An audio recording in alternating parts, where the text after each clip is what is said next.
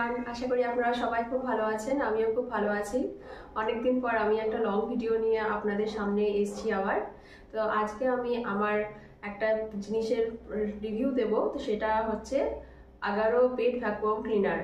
আমরা তো জানি যে এমনি ভ্যাকুয়াম ক্লিনার ঘর বাড়ি এমনি ধুলোবালি পরিষ্কার করে, কিন্তু এক ধরনের ভ্যাকুয়াম ক্লিনার আছে যেটা শুধুমাত্র বিছানাপত্র, বালিশ, কম্বল এগুলো পরিষ্কার করে।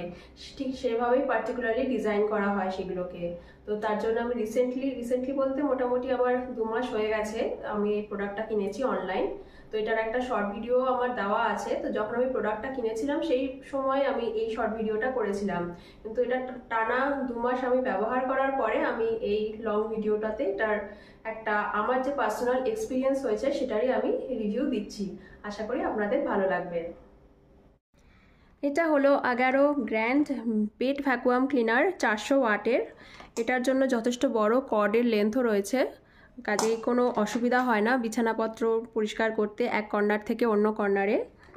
এখানে দুটো বাটন রয়েছে। এই বাটনটা প্রেস করলে পরেই ভ্যাকুয়াম ক্লিনারটা অন হয়, আর এই বাটনটাই আবার প্রেস করলে ভ্যাকুয়াম ক্লিনারটা অফ হয়ে যায়। আর এই যে অ্যারো চিহ্নটা দেখছেন, এটা ডাস্ট ট্যাঙ্কটা খোলার জন্য ইউজ হয়।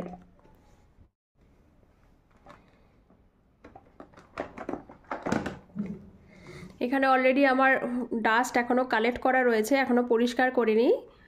এটা হলো ভাইব্রেশন বাটন। এই বাটনটা প্রেস করলে ভাইব্রেশন মোড অন হয়ে যায়, আবার এই বাটনটা প্রেস করলে ভাইব্রেশন মোডটা অফ হয়ে যায়। ভাইব্রেশন মোডটার অর্থ হলো যখন এমনি ভ্যাকুয়াম করা হয় তখন যদি ভাইব্রেশন মোডটা অন না করা হয় তাহলে এটা নর্মালি ভ্যাকুয়াম করে, কিন্তু যদি ভাইব্রেশন মোডটা অন করা হয়ে থাকে তারপরে যদি ভ্যাকুয়াম করা হয় তাহলে একদম যখন ওই ঝাড়ু দিয়ে বিছানা যেরকম ঝাড়ে সেরকম টাইপের একটা এফেক্ট হয়, অর্থাৎ ডাস্ট খুব বেশিভাবে গভীর থেকে এটা কালেক্ট করে।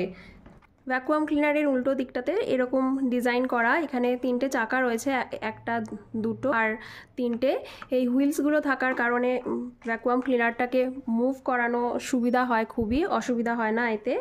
আর এই প্যাডগুলো রয়েছে এগুলো যখন, আর এখানে যে প্যাডগুলো দেখছেন এগুলো যখন ভাইব্রেশন মোড অন থাকে সেই সময় খুব চাপ দিয়ে দিয়ে বিছানা বা বালিশের থেকে সমস্ত ধুলো বার করতে হেল্প করে।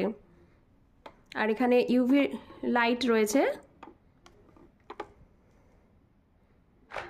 আর দুই সাইডে রয়েছে দুটো এয়ার ভেন্টস থাকার ফলে ভ্যাকুয়াম ক্লিনারটা অপারেট করার সময় যে ভেতরে হিট জেনারেট হয় সেই গরম এয়ারটা বার করে দেওয়ার জন্য এয়ার ভেন্টস রয়েছে।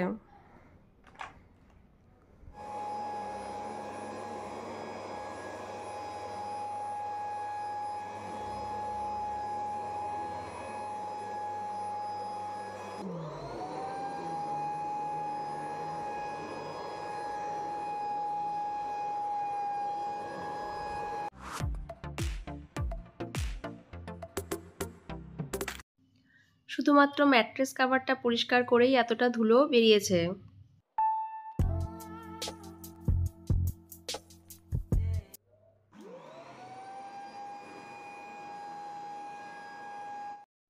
এখানে আমি ব্ল্যাঙ্কেটটাও ভ্যাকুয়াম করে নিচ্ছি। ভ্যাকুয়াম ক্লিনারটা খুব তাড়াতাড়িও মুভ করানো যাবে না, আবার খুব আস্তে আস্তেও মুভ করানো যাবে না। একটা মিডিয়াম পেস রেখে ভ্যাকুয়াম ক্লিনারটা মুভ করাতে হবে, তাহলে খুব অল্প সময়ের মধ্যেই অনেকটা ধুলো কালেক্ট হয়।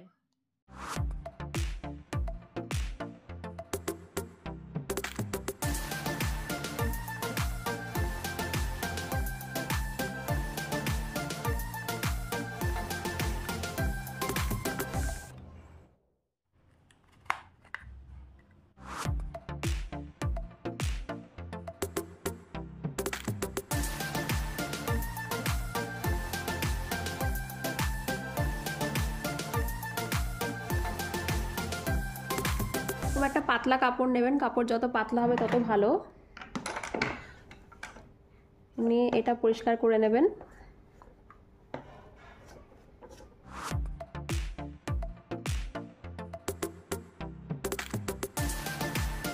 এখানে লক সিস্টেম রয়েছে আর এখানে আনলক করা, এরকম টুইস্ট করবেন এটা, তাহলেই এটা অটোমেটিক্যালি খুলে আসবে।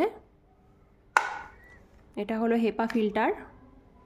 এটা ধুতে লাগে না, এটা জাস্ট নর্মাল ব্রাশ দিয়ে একটুখানি শুকনো মুছে নেবেন।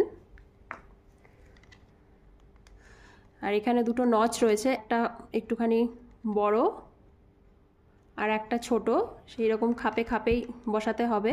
যখন খুলবেন সেরকমভাবে টান মারবেন, জাস্ট একটু এটা খুলে আসবে।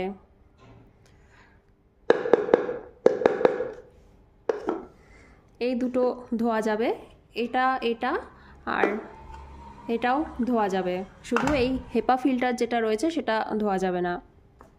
এটা একটা ব্রাশ দিয়ে পরিষ্কার করে নিতে হবে।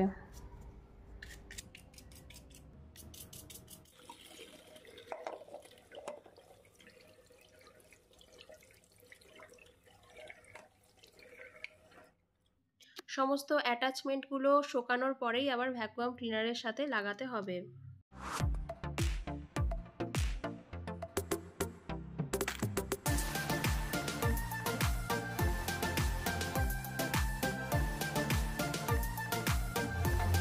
ডাস্ট ট্যাঙ্কটা লাগানোর সময় একটা ক্লিক করে সাউন্ড হয়, তাতে বোঝা যায় যে এটা ঠিকঠাকভাবে আটকেছে।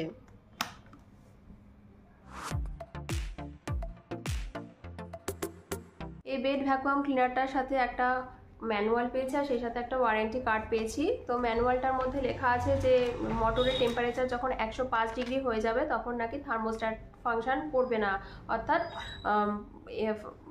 যে ভ্যাকুয়াম ক্লিনারটা সেটা বন্ধ হয়ে যাবে। তো সেটা আমার সাথে হয়েছিল, আমি যখন ভিডিও করছিলাম কিছুদিন আগে। এই ভিডিওটা আমি মানে অনেকটা সময় নিয়েই ভিডিওটা করেছি, কারণ সব ঘরের বিছানাপত্র তো একবারে পরিষ্কার করে সেটা ভিডিওতে দেখানো সম্ভব হয় না। তো একটা সময় আমি একটা ঘরের বেড পরিষ্কার করেছি বা বালিশ পরিষ্কার করেছি। তো একটা সময় হয়তো খুব বেশি টেম্পারেচার হাই হয়ে গেছিলো, তো সেই জন্য আমার এই অটো কাট অফ হয়ে গেছিলো ভ্যাকুয়াম ক্লিনারটা। তো আমি একটুখানি ঘাবড়েই গেছিলাম।